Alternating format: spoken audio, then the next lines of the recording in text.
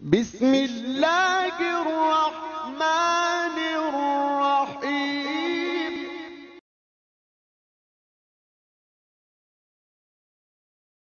الحمد للہ وحدہ والصلاة والسلام علی من لا نبی بعدہ،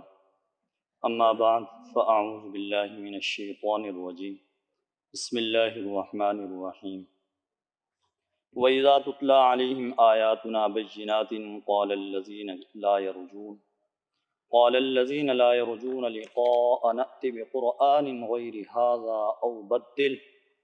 قُلْ مَا يَكُونُ لِي أَنْ أُبَدِّلَهُ مِنْ تِلْقَاءِ نَفْسِي إِنْ أَتَّبِعُ إِلَّا مَا يُوحَى إِلَيَّ إِنِّي أَخَافُ إِنْ عَصَيْتُ رَبِّي عَذَابَ يَوْمٍ عَظِيمٍ۔ صدق اللہ العظیم۔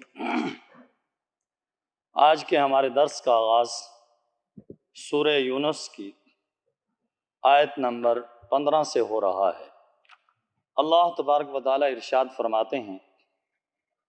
جو لوگ ہماری ملاقات کی امید نہیں رکھتے، ان پر جب ہماری واضح آیتیں تلاوت کی جاتی ہیں تو وہ کہتے ہیں کہ اس قرآن کریم کے علاوہ اور قرآن لائیے یا اس میں تبدیلی کیجیے۔ قُلْ مَا يَكُونُ لِي أَنْ أُبَدِّلَهُ مِنْ تِلْقَاءِ نَفْسِي، آپ فرما دیجئے میرے اختیار میں نہیں ہے کہ میں اس کو اپنی طرف سے بدلوں۔ إِنْ أَتَّبِعُ إِلَّا مَا يُوحَى إِلَيَّ، میں تو اس وحی کی پیروی کرتا ہوں جو میری طرف کی جاتی ہے۔ اس آیت مبارکہ کے اندر مشرکین مکہ کے جو ناروا مطالبات تھے، ناجائز مطالبات تھے، ان میں سے ایک مطالبے کا ذکر کیا جا رہا ہے کہ جب آقا علیہ السلام ان کے سامنے قرآن پڑھتے، قرآن کریم کی تلاوت کرتے، تو آگے سے وہ یہ کہتے کہ یہ قرآن نہیں بلکہ اور قرآن لائیے جو اس کے علاوہ ہو، یا اس کے اندر تبدیلی کر دیجئے، ترمیم کر دیجئے، یعنی ایسا قرآن لائیے جس کے اندر ہمارے بتوں کی مذمت نہ ہو، ایسا قرآن لائیے جس کے اندر حلال و حرام کے مسائل نہ ہوں، ایسا قرآن لائیے جیسا ہم چاہتے ہیں۔ تو اس لیے وہ یہ نبی کریم صلی اللہ علیہ وسلم سے مطالبہ کیا کرتے تھے۔ تو اللہ تبارک و تعالیٰ نے فرمایا، اے پیغمبر آپ اعلان کر دیجئے کہ یہ میرے اختیار میں نہیں ہے کہ میں اس قرآن میں تبدیلی کروں، میں اس قرآن کریم کو بدلوں۔ فرمایا یہ میرے اختیار میں نہیں ہے، بس میں تو جو میری طرف وحی آتی ہے میں اس کی پیروی کرتا ہوں، اس کی اتباع کرتا ہوں، اس پہ چلتا ہوں۔ فرمایا یہ کام میرا نہیں ہے، فرمایا نہ میرے اختیار کے اندر ہے کہ میں اس قرآن کے علاوہ قرآن لاؤں یا اس قرآن کریم کے اندر تبدیلی کروں۔ فرمایا میرے اختیار میں یہ بات نہیں ہے۔ اس زمانے کے مشرک وہ بھی یہ چاہتے تھے کہ یہ قرآن ہمیں نہیں چاہیے، اس قرآن کے اندر ہمیں تبدیلی چاہیے۔ اور آج کے مشرک یہود و نصارہ وہ بھی یہی کہتے ہیں کہ یہ قرآن نہیں بلکہ اور قرآن لائیے، پھر اتحاد ہو سکتا ہے۔ تو اس زمانے کے مشرکوں کو بھی یہ کہہ دیا گیا کہ قرآن یہی رہے گا، قرآن کریم کے اندر تبدیلی نہیں ہو سکتی، ہمیشہ یہی قرآن چلے گا، قیامت تک کے لیے یہ قرآن ہے، قرآن کو بدلا نہیں جائے گا۔ قرآن کے حروف کے اندر، قرآن کریم کے نقطوں کے اندر کوئی تبدیلی نہیں کی جائے گی، حتیٰ کہ اس کا ایک نقطہ بھی نہیں بدلا جائے گا، ویسے کا ویسا یہ قرآن کریم موجود ہے جیسا کہ پیغمبر علیہ السلام پر اترا تھا، آقا علیہ السلام کے قلب مبارک پہ نازل ہوا تھا، ویسا ہی قرآن آج موجود ہے، اور نہ پہلے اس کے اندر تبدیلی ہوئی اور نہ آئندہ قیامت تک کوئی اسے بدل سکتا ہے۔ اور کوشش کی لوگوں نے لیکن قرآن کے اندر تبدیلی نہ کر سکے۔ اور یہ قرآن کریم واقعتاً سچی کتاب ہے، لا ریب کتاب ہے، بے عیب کتاب ہے، قرآن برکت والی کتاب ہے، قرآن ہدایت والی کتاب ہے، قرآن شفا والی کتاب ہے،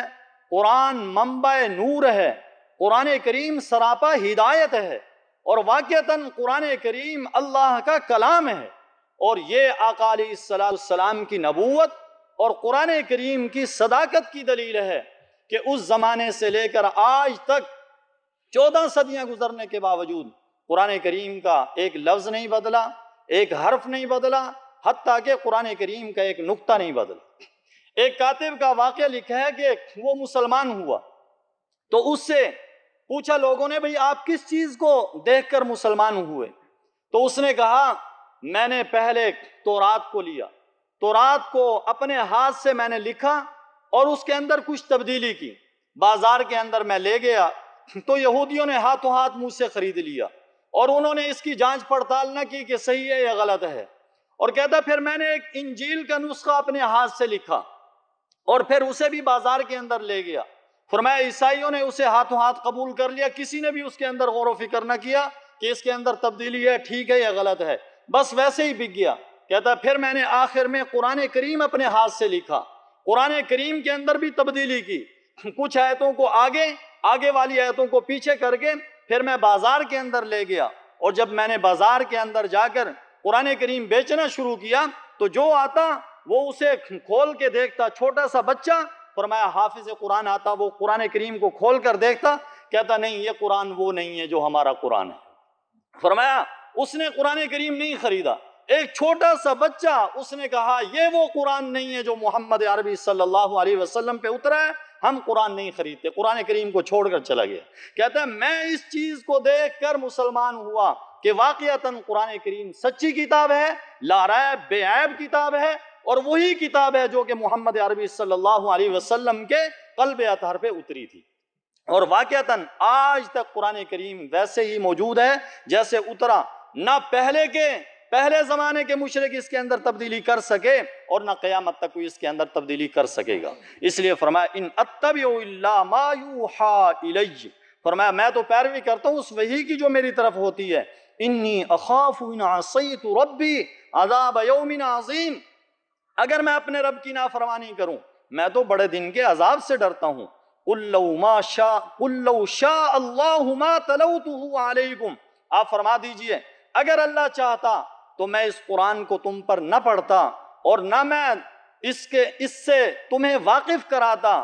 تو اللہ رب العزت نبی کریم صلی اللہ علیہ وسلم سے اعلان کرا رہے ہیں کہ اگر اللہ کا منشا ہوتا تو فرمایا میں قرآن تم پہ نہ پڑھتا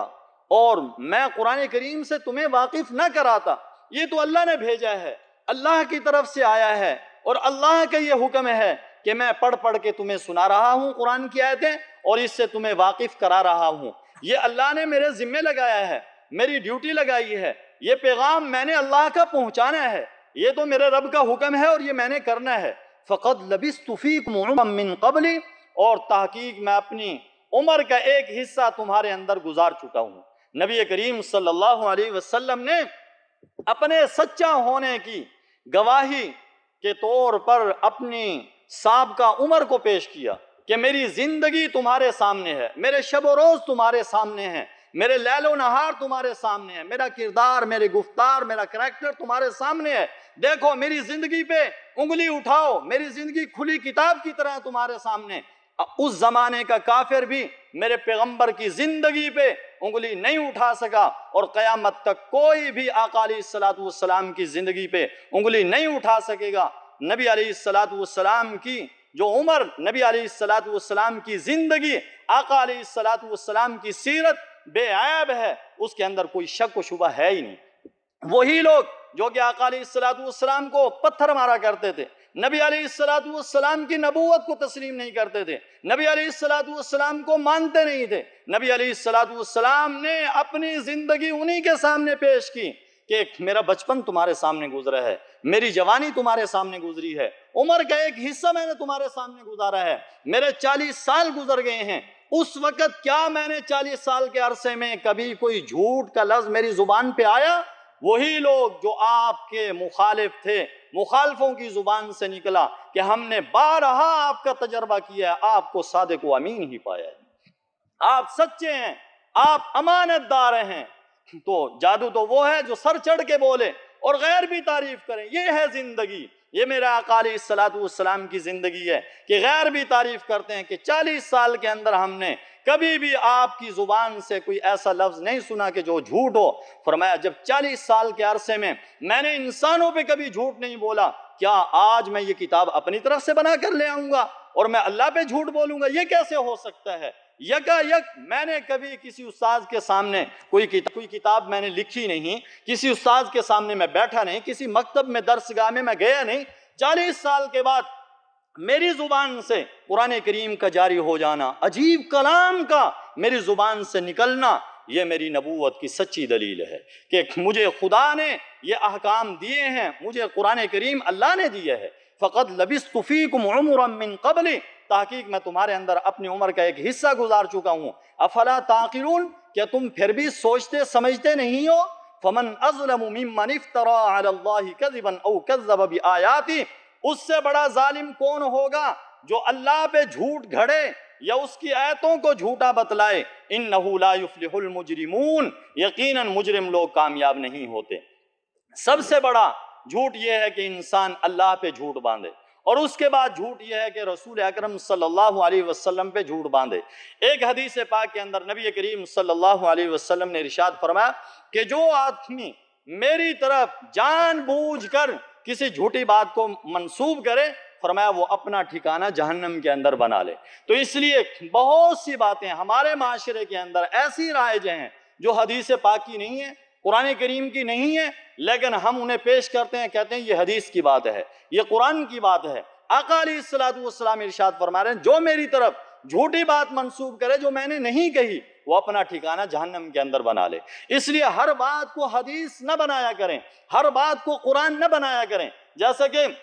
ایک اللہ والے نے واقعہ سنایا کہ ایک بزرگ بیٹھے ہوئے تھے علماء کی محفل میں، ایک آدمی آیا جس کی داڑھی کٹی ہوئی تھی۔ وہ بزرگ چونکہ قرآن و حدیث کا علم نہیں تھا تو آگے سے ان کو کہنے لگا بھئی داڑھی رکھا کرو، داڑھی رکھنا فرض ہے، قرآن کا حکم ہے۔ حالانکہ قرآن کریم کے اندر یہ بات نہیں لکھی ہوئی، تو اگرچہ داڑھی رکھنا سنت ہے نبی علیہ الصلوۃ والسلام کی اور تمام انبیاء علیہ الصلوۃ والسلام، تمام صحابہ کرام، اولیاء کرام، بزرگان دین، ان کا طریقہ ہے اور یہ واجب کے قریب ہے، لیکن اس نے جو یہ بات کہی کہ اس کا حکم قرآن کریم کے اندر ہے، یہ بات غلط تھی۔ یہ بات صحیح ہے کہ داڑھی رکھنی چاہیے، نبی علیہ الصلوۃ والسلام سے محبت کا ثبوت دینا چاہیے، نبی علیہ الصلوۃ والسلام جیسا اپنا چہرہ بنانا چاہیے۔ کل قیامت کے دن آقا کے سامنے جائیں گے، اگر ہمارے چہرے کی شباہت آقا سے نہ ہوئی، آقا نے اگر چہرہ پھیر لیا تو کیا بنے گا؟ تو اس لیے ہماری شباہت تو آقا کے ساتھ ہونی چاہیے، لیکن یہ کہنا کہ یہ مسئلہ قرآن میں ہے، حالانکہ قرآن میں یہ مسئلہ نہیں ہے، تو اس لیے یہ بات جھوٹ ہے۔ تو اس لیے اللہ تبارک و تعالی ہمیں یہ توفیق نصیب فرمایا کہ ہم نبی علیہ الصلوۃ والسلام کی طرف اور قرآن کریم کی طرف ایسی بات منسوب نہ کریں جو قرآن کی بات نہ ہو، حدیث کی بات نہ ہو۔ آج بہت سے میسج اور بہت سی ایسی چیزیں جو آپ کو میڈیا کے اوپر ملیں گی، یہ حضرت علی کا قول ہے، یہ فلاں کا قول ہے، یہ حدیث پاک کی بات ہے، حالانکہ حضرت علی کی بات نہیں ہوتی، بس ساری باتیں حضرت علی کی طرح منسوب کرتے جاتے ہیں، یہ حضرت علی کا قول ہے، یہ نبی علیہ الصلوۃ والسلام کی حدیث ہے، حالانکہ حدیث پاک ہوتی نہیں ہے۔ تو اس لیے ان چیزوں سے بچنے کی ضرورت ہے، اور اس بچنے کے لیے ضروری ہے صحیح علماء کرام جو کہ دین کا علم رکھتے ہیں، قرآن و حدیث سے واقف ہیں، ان کے ساتھ اپنا تعلق بنایا جائے اور اللہ والوں کی صحبت کے اندر بیٹھا جائے، اولیاء کرام، بزرگان دین کے ہاتھ کے اندر ہاتھ دے کر اپنی اصلاح کرائی جائے۔ یہ ضروری ہے آج کے دور کے اندر، وگرنہ فتنے ہیں، گمراہ ہو جائے گا انسان۔ اگر انسان یہ چاہتا ہے کہ ہدایت پائے تو قرآن کی طرف آئے، شفا پائے تو قرآن کی طرف آئے، ہدایت پائے تو قرآن کی طرف آئے۔ اگر سیدھا راستہ چاہتا ہے، جنت کا راستہ چاہتا ہے تو قرآن کی طرف آنا پڑے گا۔ جو قرآن کو نہیں مانتا، قرآن سے دور ہو جاتا ہے، قرآن سے ہٹ جاتا ہے، وہ گمراہ ہو جاتا ہے، وہ ادھر ادھر بھٹک جاتا ہے۔ جو قرآن سے اپنا دامن وابستہ کر لیتا ہے، اپنا تعلق قرآن کریم سے مضبوط کر لیتا ہے، یہ قرآن کریم برکت والی، شفا والی، عظمت والی، شان والی، مقام والی، عزت والی کتاب ہے۔ جو اس سے جڑ جائے گا اللہ اسے بھی عزت نصیب فرما دیں گے، اسے بھی شان اور مقام نصیب فرما دیں گے۔ اس لیے اللہ تبارک و تعالیٰ سے دعا ہے کہ اللہ تبارک و تعالیٰ ہم میں سے ہر ایک کو اپنا تعلق قرآن سے اور نبی علیہ الصلوۃ والسلام کی سنت سے جوڑنے کی اور مضبوط کرنے کی توفیق نصیب فرمائے تاکہ ہم گمراہیوں کے رستے پہ نہ جائیں۔ وآخر دعوانا الحمدللہ رب العالمین۔ اللہم صلی علی سیدنا و مولانا محمد وعلی آل سیدنا و مولانا محمد مبارک وسلم وصلو علیہ۔ اے اللہ ہم سب سے راضی ہو جا، اپنی رضا مبارک ہم سب کو نصیب فرما، قرآن کریم کے احکام پر عمل پیرا ہونے کی توفیق نصیب فرما، قرآن کریم کے علوم و معارف ہم سب کو نصیب فرما۔ اے اللہ یہ باتیں جو زبان پہ ہم سب کے دلوں کے اندر اتار، اے اللہ زبان اور دل کو ایک فرما، اے اللہ جھوٹ سے بچا،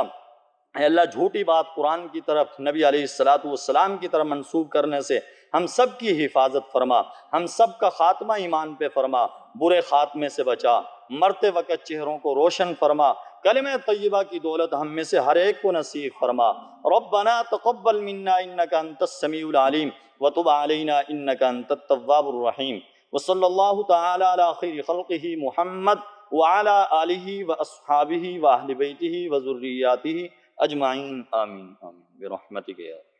جزاکم اللہ۔